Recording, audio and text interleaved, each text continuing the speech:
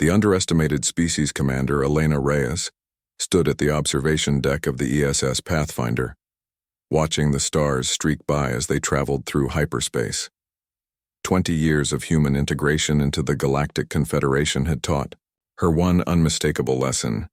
In the eyes of the elder species, humans were nothing but useful tools, adaptable, resilient, and ultimately expendable. "Commander, we're approaching the Vega anomaly," Lieutenant Park announced from behind her. "The Confederation Council's instructions suggest we should prepare for immediate investigation upon arrival."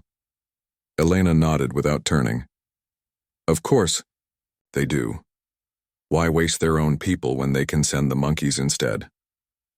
The bitterness in her voice wasn't lost on her executive officer. Commander Davis stepped closer, lowering his voice. "The Jaxians and Merovi vessels are maintaining a safe distance as expected. They'll observe while we take all the risks."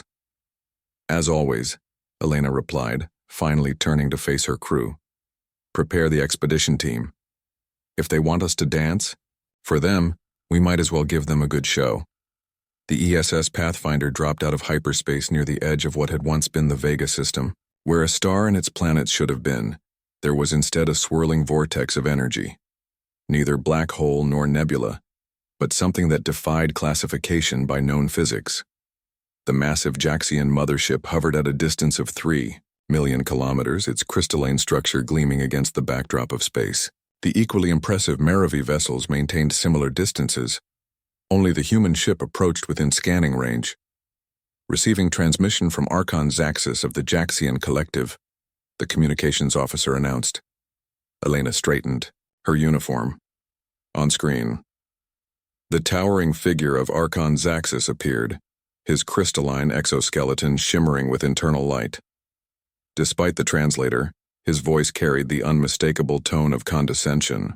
"Commander Reyes, we appreciate humanity's enthusiasm in this investigation. Your species' remarkable tolerance for risk makes you ideal for this task." Elena suppressed the urge to point out that remarkable tolerance for risk was diplomatic. Speak for expendable. After all, humans had been the galactic newcomers for centuries, treated as the youngsters, the emotional creatures who hadn't spent thousands of years mastering their instincts. But they were useful, especially for dangerous missions. "We live to serve the Confederation, Archon," she replied with practiced politeness. "May I ask what information you've gathered about the anomaly thus far?" "Our preliminary scans indicate unusual temporal distortions. 3 probes have been dispatched but returned no data. We believe a manned mission is required." Left unspoken was the real message. "We've lost equipment, but we're willing to risk human lives." "Understood. We'll launch our expedition shuttle within the hour." After the transmission ended, Elena gathered her team. Dr. Maya Chen, the physicist, Lieutenant Kovic, security specialist, and Engineer Ibarra, tech expert. "The Confederation has kindly volunteered us to dive into the unknown," Elena told them, not bothering to hide her sarcasm. "Standard protocols apply, but let's be honest, we're flying blind. The elder species have given us minimal intel as usual." Dr. Chen reviewed the data on her tablet. "Commander, these readings don't match anything in our databases. If I didn't know better, I'd say this anomaly is artificial." "Artificial?" Elena raised an eyebrow. "Created by whom?" "That's the question, isn't it?" Chen replied. "No known species possesses technology capable of manipulating space-time at this scale." 4 hours later, their expedition shuttle approached the edge of the anomaly. The swirling energies cast eerie patterns of light across the shuttle's interior. "Sensors are detecting a solid structure at the center," Engineer Ibarra reported, surprise evident in his voice. "Approximately 2 kilometers in diameter." "That's impossible," Chen muttered, staring at her readings. "Nothing could remain stable in these conditions." "Unless it's generating the conditions," Elena said. "Take us closer." As they penetrated deeper into the anomaly, communications with the Pathfinder became increasingly distorted until they cut out entirely. The shuttle systems flickered as unknown energies washed over them. "Commander, we should turn back," Kovic suggested, hand hovering near his weapon. "Not yet," Elena replied, eyes fixed on the structure ahead.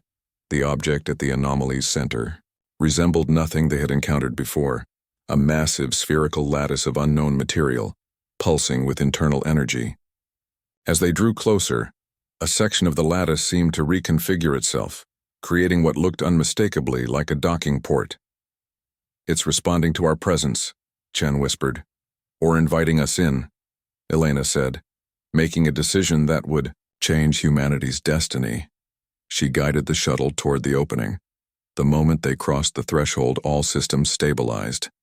The shuttle settled gently onto a platform that appeared to materialize beneath them. The air beyond their viewport looked breathable according to sensors. "Suit up," Elena ordered. "Full precautions." They stepped from the shuttle into an environment that defied expectation. The interior space seemed larger than the exterior dimensions would allow. Surfaces shifted with an opalescent quality, and pathways illuminated themselves before the team as they walked. "This technology is—" Chen struggled to find words. "It's beyond anything the Confederation possesses. Even the Jaxians couldn't build this." A voice spoke directly into their minds, bypassing language entirely. "Humans. You have come at last." Elena's hand moved to her weapon. "Identify yourself. I am the custodian." This nexus was created to await those with the potential. Images flooded their minds, a civilization of beings who had evolved beyond physical form, who had seeded the galaxy with life before departing to another plane of existence. They had left behind nexus points waiting for species with the right combination of traits to inherit their legacy. Your elders in the stars have forgotten their origins. They have grown stagnant, cautious. They recognized your potential and feared it. This is why they keep humanity leashed. The revelation struck Elena like a physical blow. The elder species hadn't merely been exploiting humans. They had been deliberately keeping them contained, limiting their development while using their natural boldness to perform tasks they themselves feared to undertake. "What potential?" she asked. In answer, a crystalline structure emerged from the floor. Within it swirled energies that mirrored the anomaly outside. "Touch it and see." Elena hesitated, then placed her palm against the crystal. Knowledge flooded her consciousness, understanding of physics that made their current science seem primitive, glimpses of technologies that could transform human civilization overnight, and something more profound. The recognition that human consciousness itself was uniquely suited to interface with the ancients' technology in ways the elder species could not. When she pulled away, her eyes were wide with understanding. "They've been lying to us," she whispered to her team. "All this time." Before they could discuss further, alarms echoed through the structure. The custodian's presence returned with urgency. "Others approach. They detected your discovery. They come to destroy what they cannot control." External sensors showed multiple Jaxian and Merovi warships converging on the anomaly, weapons charged. "They're going to attack?" Ibarra asked incredulously. "Without even attempting communication?" "They know what we've found," Elena realized, "and they can't allow us to keep this knowledge." The communication system suddenly activated, Lord Zaxxas's voice filling the shuttle. "Commander Reyes, you will power down all systems and await boarding. The artifact you have discovered has been designated a Class 1 restricted technology by emergency decree of the Confederation Council."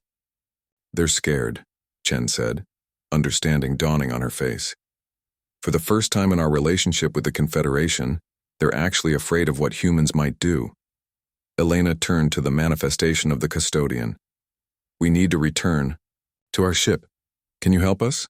I can create a pathway, but once you leave, the Nexus will relocate to protect itself.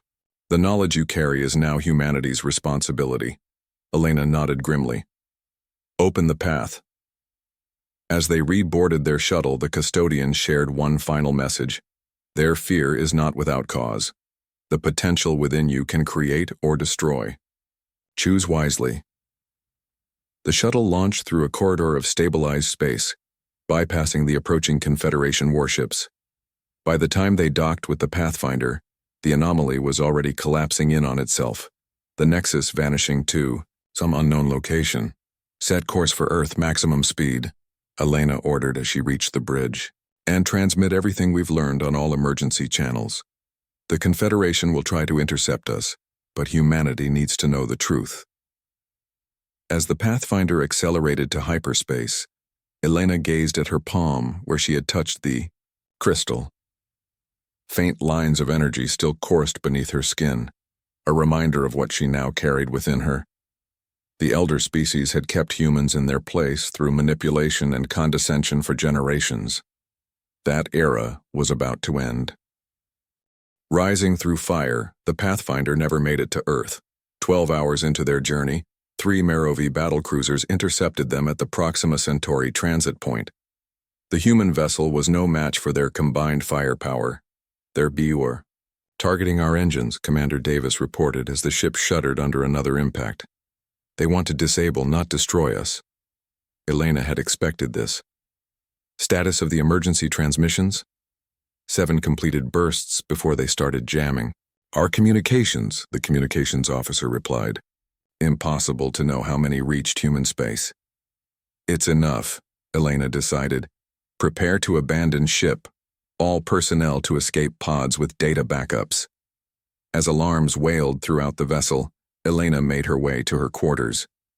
The knowledge from the Nexus burned within her mind, including one crucial piece of information the custodian had shared in their final moments of contact. She retrieved a small device from her safe. A prototype quantum entanglement communicator, not yet, approved for official use. With quick movements, she recorded everything she had learned and transmitted it via a channel the Confederation couldn't possibly detect or block. The ship rocked violently as another barrage hit their failing shields. Elena made her way to the last remaining escape pod where Dr. Chen waited. Did you do it? The physicist asked. Elena nodded. Earth will know everything one way or another. They launched just as the Pathfinder's systems failed completely. Their pod, along with the others, was quickly captured by Merovi tractor beams. On the Merovi command ship, Elena and her crew were separated and placed in individual holding cells. Hours later, she was brought before not just Merovi officials, but representatives of all 7 elder species of the Confederation. Their expressions ranged from wary to openly hostile. Lord Zaxxas stood at the center, his crystalline form towering over the human commander. Your reckless actions have potentially endangered the entire galactic community, he stated. The technology you encountered was restricted for good reason. Restricted by whom? Elena challenged. The Nexus predates your civilizations. The ancients left it for species with potential. Potential you've been deliberately suppressing in humans. A Merovi overseer stepped forward. Humans are young, impulsive, emotional. You lack the evolutionary maturity to handle such power responsibly. Yet you've been happy to send us into danger whenever it suited you, Elena retorted. For 2 centuries, we've been your disposable heroes taking risks you wouldn't take yourselves. The representatives exchanged glances. A Thelian elder, oldest among those present, spoke in a rasping voice. What you fail to understand, Commander, is that we have seen civilizations destroy themselves with technologies they weren't ready for. Our caution comes from witnessing catastrophe. Your caution comes from fear of losing your privileged position, Elena said. The custodian showed me the truth. Your species have deliberately slowed technological sharing, keeping humans dependent, while exploiting our natural qualities. Before anyone could respond, an aide rushed into the chamber and whispered urgently to Lord Zaxxas. The Jaxian's internal lights flickered with what Elena recognized as alarm. What have you done? He demanded of Elena. She smiled thinly. I ensured humanity would learn the truth, no matter what happened to me. Across human space, the data from the Nexus was spreading. Earth scientists were already working to understand the principles it contained. Colonial outposts were implementing the first technological applications, and deep within classified military installations, the implications for defense systems were being realized. 3 days later, a fleet of 27 Confederation warships entered Earth's solar system, taking position near the moon. Their message was simple: surrender all Nexus data and submit to Confederation oversight, or face immediate sanctions. Earth's unified government, having had time to process some of what Elena had sent, made an unexpected decision. Rather than capitulating or preparing for hopeless battle, they activated a planetary defense system based on the first principles derived from the Nexus data. A shimmer of energy enveloped the entire planet. Confederation scans could no longer penetrate the atmosphere. Communications went silent. To the assembled fleet, it appeared as if Earth had simply removed itself from their reach. In her cell aboard the Morovia vessel, Elena felt a strange resonance within her. The energy patterns the custodian had embedded in her consciousness were responding to something distant, yet connected. She placed her palm against the wall and concentrated, allowing the energy to flow through her. The cell's locking mechanism disengaged silently. Security systems throughout the ship became selectively blind to her presence. Elena moved through the vessel like a ghost, freeing her crew and making her way to the communications center. "What's happening?" Chen asked as they worked to establish a secure channel to Earth. "Humanity is waking up," Elena replied. "The Nexus didn't just give us technological knowledge, it awakened something that was always within us." The connection to Earth finally established, they were greeted by the determined face of Admiral Yamamoto of Earth Defense Command. "Commander Reyes, your information arrived just in time. The Confederation fleet is holding position outside our defensive field, but we don't know how long the technology will hold." "It will hold," Elena assured him. "But we need to do more than just defend. The elder species need to understand that the era of human subservience is over." For the next 2 weeks, a tense standoff continued. More Confederation ships arrived, assembling the largest fleet seen in centuries, yet they made no move to attack, uncertain of what defenses they might face. Within the shielded Earth, humans worked feverishly, implementing technologies that had previously seemed centuries beyond their reach. The Nexus knowledge was transforming their understanding of physics, biology, and consciousness itself. Meanwhile, Elena and her team, having escaped the Morovia vessel, made their way to a human outpost on Titan. From there, they began coordinating with Earth's leadership, preparing for what would come next. "We don't want war," Elena told the emergency council assembled via quantum communication, "but we won't accept a return to our former status either." "The Confederation is divided," Admiral Yamamoto reported. "Some species are pushing for immediate military action, while others are calling for negotiation. They've never faced this situation before." "Then we give them something new to consider," Elena decided. 7 Earth vessels, hastily retrofitted with Nexus-derived technologies, departed the solar system.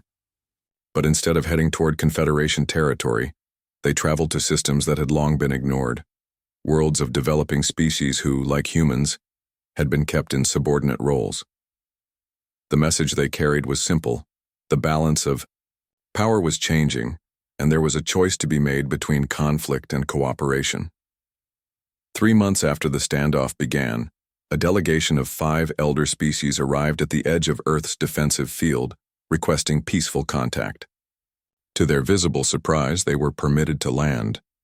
In a chamber beneath Geneva, the first true negotiation between humans and the elder species began. Lord Zaxxas, now serving as lead negotiator rather than superior, could barely conceal his discomfort. "The Confederation Council has authorized me to discuss adjustments to humanity's status and access to technological exchange programs." Elena, now serving as humanity's representative, smiled coolly. "You misunderstand the situation, Lord Zaxxas. We're not here to request better terms within your existing structure. We're here to negotiate an entirely new relationship." The Thelian, Elder leaned forward. "You speak as if humans now stand as equals to species with thousands of years more development. The ancients who created the Nexus didn't measure civilization by its age but by its potential," Elena replied. "They saw something in humanity that you've tried to suppress. Our adaptability, our willingness to take risks, our capacity for both creation and destruction." She activated a holographic display showing the developments of the past 3 months, the defensive shield, new propulsion systems, medical advancements, and more importantly, the alliances forming with other, developing species. We don't seek to replace your dominance with our own, Elena continued. That would merely perpetuate a broken system. Instead, we propose a new concordat, one where knowledge flows freely, where developing species have representation, and where the wisdom of elder races is respected, but not used as a tool of control. The negotiations lasted for weeks. At times, they nearly collapsed into threats of war, but the reality had become clear. The old order could not be maintained by force, and a new balance was inevitable. 1 year after Elena Reyes had first touched the crystal within the Nexus, representatives from 32 species gathered in Earth's orbital assembly to sign the Galactic Concordat. The document transformed the structure of interstellar cooperation, creating councils where both elder and developing species had voice and representation. In a private moment before the ceremony, Lord Zaxxas approached Elena. "I admit I underestimated your species," the Jaxian said. "Perhaps we all did." Elena looked out at the assembly of diverse beings, some ancient and wise, others young and eager. "The custodian told me something before we left the Nexus. It said that the ancients didn't leave their legacy to the most advanced beings, but to those who would use it best. Not the oldest children, but the ones with the right combination of caution and courage." "And you believe that is humanity?" "I believe it's all of us, working together rather than in hierarchy," Elena replied. "The ancients didn't want heirs who would simply preserve their knowledge. They wanted those who would build something new with it." As the signing ceremony began, Elena felt the energy from the Nexus stirring within her once more. Whatever the ancients had awakened in humanity was still unfolding, still revealing new possibilities. The mockery and condescension that humans had endured for generations had given way to something unexpected: respect. The galaxy would never be the same again.